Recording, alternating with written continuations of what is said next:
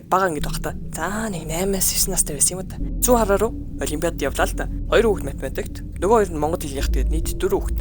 Ядж байхдаа штэ би математикт. Би одоо юу гэж тэгээд математикийн бүсийн олимпиад явсан юм бол бодоод багш. За энэ бол суурьтай хүүхэд те. Уралдаанд авч явах хэрэгтэй. Одоо нь багаас нь дэмжих хэрэгтэй. Гээд ээжийг хошгоруулсан юм шиг байна. Одоо бодох нь надаас дээр нь олдоогүй мүү? Зодчооч би штэ. Хэдий тэр олимпиадад багш бидрийг давж явсан гэсэн ээж надтай ингээд цуг явсан. Бидний ингээд цуг маллсан юм уу?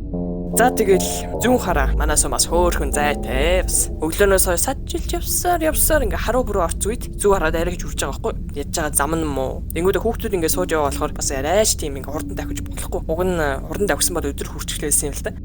Өдөржингөө Баттар замаар яваад бөөн ядарсан юмнууд. Ашгүй нэг зоч буудалд орлоо. 3 давхарт нь 3 ортой. Нэг тийм том өрөө захиаллаа. Тэр болохоор буудалтаа тэр шөндөө хоноод өглөө шууд олимпиад руу явах төлөвлөгөөтэй байсан. Тэгсэн. Шүн би 0 орголчод. Тэгээд ээжээс ирэх гэснээр бацаа ууралт юм болоо гэд ямар зүрхлэг байхгүй. Шүнийн 12 цагт ганцаараа өрөөнөөс гарч байгаа байхгүй. Юун зориг вэ чи ой сэлмээ. Өрөөнөөс гараал харахгүй коридороор явсаар байтал. Өнгөлөө зүрт гэрэл гарчин. Тэгсэн шатны хэсгээ гэрэлтэй үлдээжээ. Тэр бодлын шат нь 2 чигүүртэй. Миний эсрэг чигүүрт нь 0 байсан. Тэгсэн. Яг болон эргээд хартал. Шатны арчлагын цаана нэг юм сүмэлзэд өнгөртий. За би ч нойрондоо хийм арж байгаа юм да гэд цааш алхалаа. Булангаар эргэж байгаа байхгүй. Тэг угаасаа тэр нэг ямар нэг юм байсан бол ингэ чимээ сонсох биш үү? Гэл урагш хөл тавьтал. Өгсдөг шатан дээр нэг хүн зогсож байна. Гаашлагын цаанаас зөвхөн толгоон л цуугаад ботол эмэгтэй хүн болтоо шүү. Би ч нөгөө жигүүрт хүрчих санаатай. Аажмаар алхаж байгаа. Тэгсэн. Тэр надтай зэрэг хуршлаа наадын. 1 2 3 алхахад тэр их чинь бүтэн бие нь гарч ирж байгаа юм л та. Ядж хахад яг давсаг харах гэдэг чинь тэр яг зам дээр зогсож хөдөлтгүй юу яваасаа гарч ил та 0 орч ил та гэд бодож байгаа байхгүй. Тэгэл давсгандаа захирагдаал урагш хөдөл гэтэл над руу их цаараа зогссон. Үдэн ухаж жагаад жаахан ажиглал. Саарал өмд самцтай.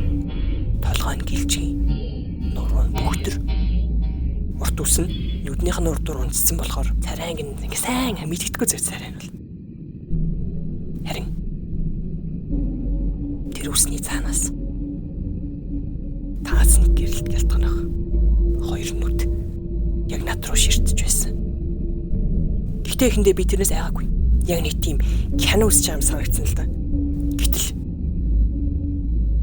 тэр намайг зөвглээд нэг алхлаа. 1 2 удалгүй 3 4 5 6 7 8 9 10 11 гэ алхах нь улам хурцсаад биш үү? Гэр нь би нэг болон жишээ нь ингэж өгөхөд яг үгээ буцаад явцсан. Тэг бөөн айхалсан өвхөлсөн юм өрөөнд очивол хавийн хүмүүсээ эсрээ гэл. Ээждээ басна хэлж байгаа хгүй тэгсэн. Очие гэж юм. Үгүй арайгаар болж ирж байгаа чи очоо юм те. Очоо загнаа шүү дээ. Яах юм бэ? Үгүй загнуул намайг алчин шүү дээ. Би тэг бүгдийг алчин шүү дээ. Гэсэн чинь харин ээж намайг чирээд хаалгаар гардыг. Нөгөө сүнс зогсож шүү. Тэрийг сүнс хүмүүс мэддэггүй. Би ч яагаад зод ингээл дуслаа. Бид бүгдээрээ алуулах юм байна да гэсэн чи ээж нөгөө сүнсийг загнаад унтий. Квайро чи чинь энэ шин болсон хойно юугаараа үлэнцгий хийгээд ингээд тэнэт яваад байгаа. Хүүхэд айлгцсан байж шít. Муу дэлбэрсэн хар шаар бай чи. Хараа хуугарч байгаад үлхийгээ хийгээд үсээ унжуулаад яваад байгаа. Юу муухай чөтгөрч царайлчаад. Бараг тэр сүнс бидгийг биш.